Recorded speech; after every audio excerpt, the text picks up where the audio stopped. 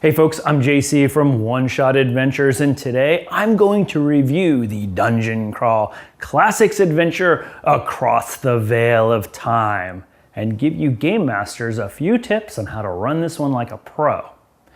Dungeon Crawl Classics adventures are always fun to dive into. I love that these adventures are very dangerous. I'm talking about the kind of peril that can easily kill off a careless character or two. And I really like that one of the tenets of this system is that they stay away from generic fantasy. You won't find orcs and trolls and goblins in a DCC adventure. Instead, you'll find demons, time elementals, and a threat that will suck the entire planet into a primordial oblivion. Sound interesting? Well, Across the Veil of Time certainly is. But before I dive into this adventure, I want to warn you that there are some serious spoilers ahead. So if you're thinking about playing in this adventure, you better stop watching now and go hang out at the local tavern and make some friends with some gong farmers instead. All right, here we go. Across the Veil of Time is written by Marzio Muscadere. I hope I pronounced that right. And it runs about 14 pages, making it easily fit into a single session. It's designed for first level characters, so if your group just survived a brutal funnel, well, this is a good one to move on to. The setup of the adventure is this. In some small village, an old halfling tailor named Herml wished for a better life. He toiled day and night in his shop and created a sort of time machine, a gadget called the astrarium. But the device didn't work as intended, and when he used it, he tore a rift in time and space and caught the attention of a demon named Zalor, who would use Herml and his device to plunge the entire world into oblivion. So you can see the adventurers have quite a challenge in store for them. The adventure begins in a very clever way. The PCs are travelers and they stop in a seemingly abandoned village. The streets are empty and there's not a single soul in sight. What's more, nailed to the door of a certain shop, Herml's haberdashery, is a note that says, "Enter the shop." But weirdly, the note is written in one of the PC's handwriting, on a cloth scrap torn from his cloak. A cloak that is perfectly intact. And just touching the note or the door, the PCs are suddenly lurched backwards in time, to a time when the village was not even around. But the shop still is, albeit this time with no note tacked to its door. Before the PCs can figure out what's going on, hairy, primitive proto-humans lope from the surrounding fungal forest and attack. This is a pretty straightforward fight. The primitives have a handful of hit points and no real weapons, and they're easily frightened by magic or other trickery, so it won't be too challenging for your players to chase them away. But if the players try to touch the door or go into the shop again, they'll once again be hurled back in time, this time to an even more primordial setting, a muddy area surrounded by hot geysers and a grotesque mud-flat feeder, this larval, half lamprey, half lizard thing. And unlike the primitive men from the previous scene, this thing is not going to be scared off easily, and it's a beast. It's got 33 hit points and the ability to swallow people whole. So this guy can TPK your whole party fast, especially if the players took some damage from the previous encounter. So right away, this adventure gets dangerous. But to get unstuck from this primordial time, all the PCs need to do at any moment is write an identical note, enter the shop as the first one they found, and tack it onto the door. Then and only then will they be able to enter Herml's haberdashery and escape the primitive wild of this place that they are back in time. If your players can't figure this out, the adventure gives the GM the ability to just call for a simple intelligence check to think about this, but honestly, my players always quickly discover the solution here, write the note fast, nail it to the door, and escape that mud-flat feeder before it's too late. Herml's shop is very small, just a few rooms. But because it's stuck in time and space, the GM is encouraged to make exploring this whole thing weird. Like if a player says they're going to search a drawer, well, they find out that it's already been searched and the item in the drawer is like already in their bag. I also like to describe a painting in the shop that seems to unpaint itself, slowly unwinding towards a blank canvas. And I always talk about tools that seem to get less and less advanced as the players search the place, like metal knitting needles turned to wood and then bone.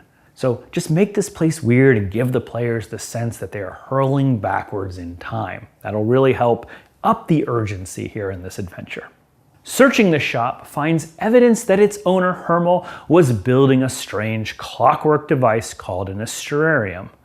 The adventure includes 2 handouts that really drives this home. For all you greedy looters out there, there are some minor treasures to be found here and there, like a magic dagger and some valuable fabrics, but there's generally not a lot of loot in this adventure, and most of it's right here. Climbing into the attic of the shop, the PCs are again transported somewhere new. This time, the demi-plane of time, a barren desert that features really only 2 landmarks, a bridge and a strange clock tower. I wish the adventure described the bridge a little better. It doesn't seem to span anything, but it just sort of snakes its way along the desert. I think it's supposed to be more like a Roman road, like a stone pathway versus an actual bridge. At least that's what I said it was. And the bridge is important since walking across the desert itself will subject the PCs to the sands of time.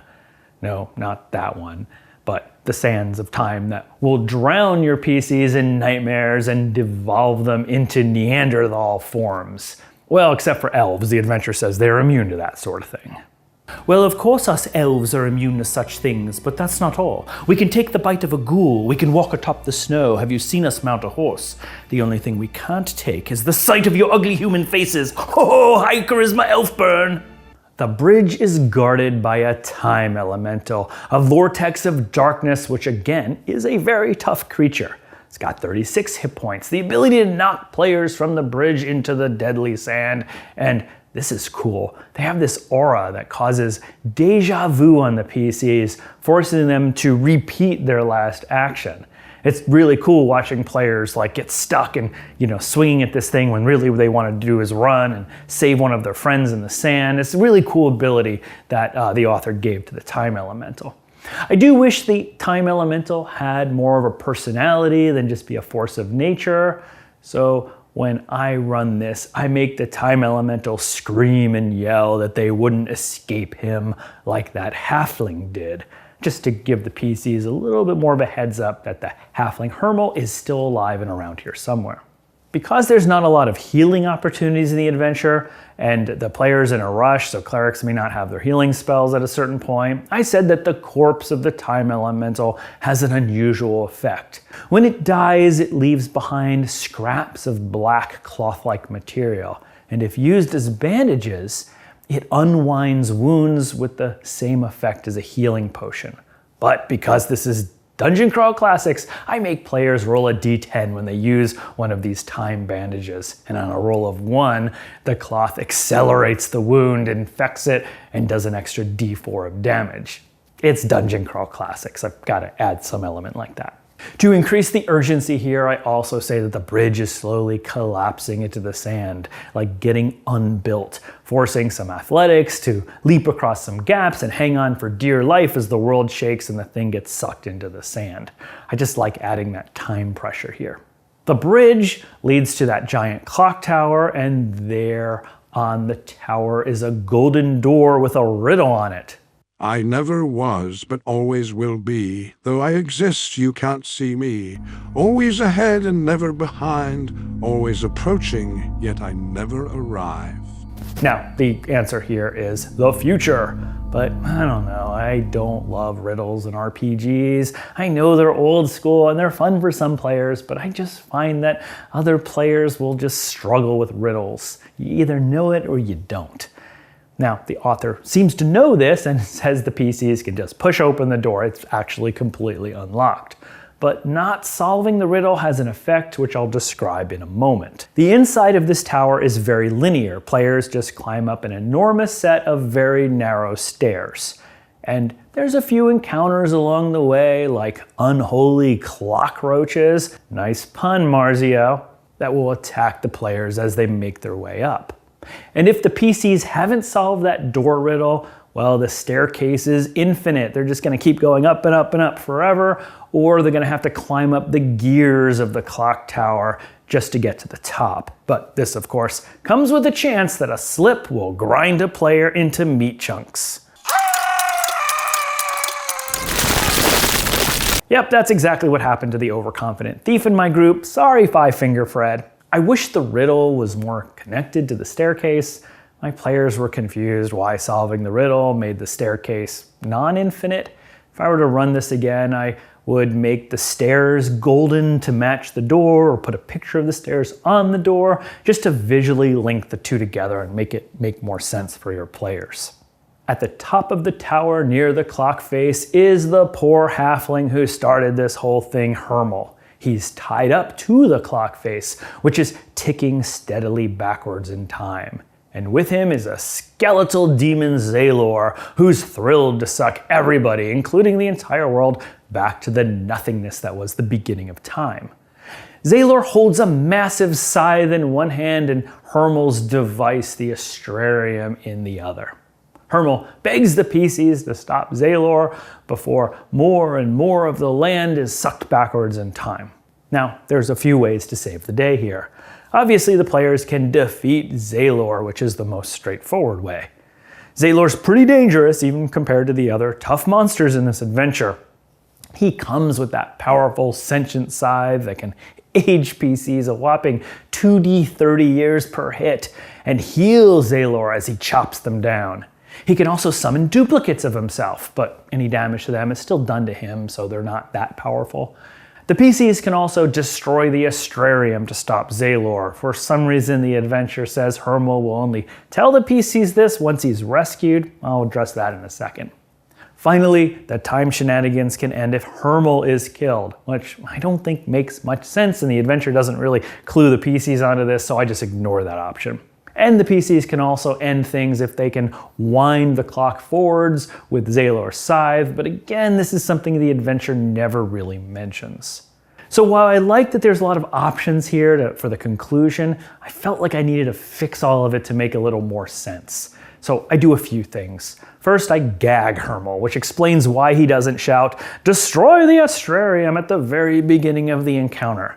Second, when the PCs show up, I show that Zalor is winding that clock backwards with his scythe, giving the PCs the hint that maybe they can wind it forwards.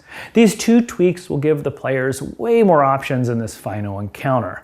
Otherwise, I guarantee they're just gonna rush Zalor and hope for the best. And with Zalor defeated or the clock running forwards again, the PCs are instantly transported back to a vibrant, living village. They've saved the world. And that's across the Veil of Time. So what do I think? It's pretty solid.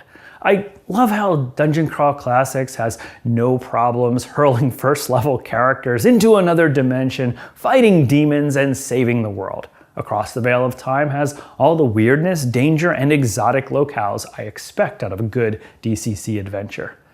And this adventure is very easy to prep. I just read it in an hour or so and I was ready to go and play with my players. The adventure is, though, very linear. The players will go from the first encounter to the demiplane of time and then up that staircase and reach the boss. There's really zero deviation from the path for players, and I think there could have been. There could have been more times to visit before the players found their way into the shop, or the final tower could not have just been a single linear staircase, for example. It's just a little disappointing how linear this adventure is. Now, I don't hate linear adventures. I'm not one to scream railroad at the first sign of linearity, especially if each encounter in an adventure is flexible and there's variety. But the linearity in this adventure is compounded by the fact that there just aren't really any NPCs for the players to interact with. So there's not a lot for role players to do here either. This one's easy to fix though, and I always include an NPC or two here and there in this adventure when I've run it. For example, I add an NPC proto-human at the beginning of the adventure, a Neanderthal guy named Grugluk, who was running from the proto-humans in the first scene. He angered his tribe somehow and they hate him and they're trying to kill him. So the PCs can win his trust by fighting off those other proto-humans and using some primitive dialogue and gestures, and then Grugluk will join them. And then in the tower, I insert a captured villager in the machinery. I say that there's this woman who was Herml's seamstress assistant in the shop, and she got sucked back in time with him with the astrarium, and she was captured and imprisoned here in the tower by Zaylor. This assistant, if rescued from those cockroaches, is able to share more about Zaylor and Herml's backstory and what's going on. And she makes a good replacement PC when someone dies. R.I.P. Five Finger Fred. But while the lack of NPCs is very fixable in this adventure, the linearity of it really isn't. So if your players like a lot of choice and agency, honestly I'd go with another first level adventure like Frozen in Time or People of the Pit. But if your players are happy with a short session of interesting and dangerous encounters and a truly weird setting and some fun villains, Across the Veil of Time is a good choice. You just have to know up front that it is on the rails. But what's there is good stuff. Oh, and if you're ever going to run this over a virtual tabletop, I posted some tokens for the various monsters on my blog. Check the link in the description below. If you enjoyed this video and want to see more reviews like it, don't forget to hit those like and subscribe buttons. And if you've played this adventure, let me know in the comments below how it went for your group. Until next time, I'm JC, and just remember, if you manage to make friends with a lovely Neanderthal named Grugluk, be nice to him. Don't send him up the stairs to feed him to the cockroaches. I'm talking to you, Five Finger Fred.